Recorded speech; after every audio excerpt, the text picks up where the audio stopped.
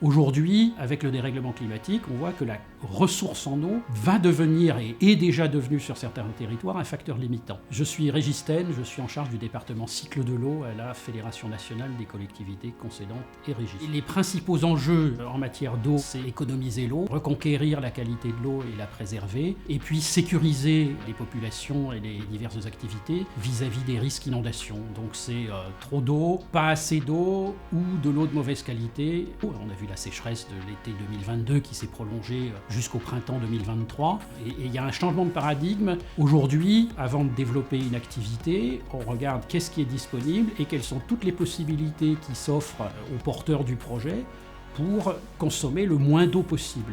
Et puis peut-être que dans certains territoires, ça va conduire à devoir abandonner des projets ou ne pas les réaliser pour pouvoir tenir compte de la quantité d'eau disponible. Quand on réalise des usines, on raisonne à 50 ans. Et la deuxième chose, c'est aussi de s'intéresser quand même à la question de la qualité de l'eau. Et là aussi, ça peut être un frein pour certaines activités humaines, donc pour faire de l'eau potable, mais aussi pour des besoins d'industrie, notamment agroalimentaire, qui ont besoin d'eau qui soit parfaitement conforme aux normes de potabilité. On ne va pas faire les bisounours, ce ne sera jamais une situation idéale où tout le monde est d'accord, mais enfin, trouver des compromis qui permettent globalement un partage de la ressource en eau et une gestion plus générale, y compris du trop d'eau, des crues et des inondations, avoir un partage qui soit à la fois équitable, qui prenne en compte les besoins de chacun et les efforts qui peuvent être faits par chacun pour réduire sa consommation ou moins polluer.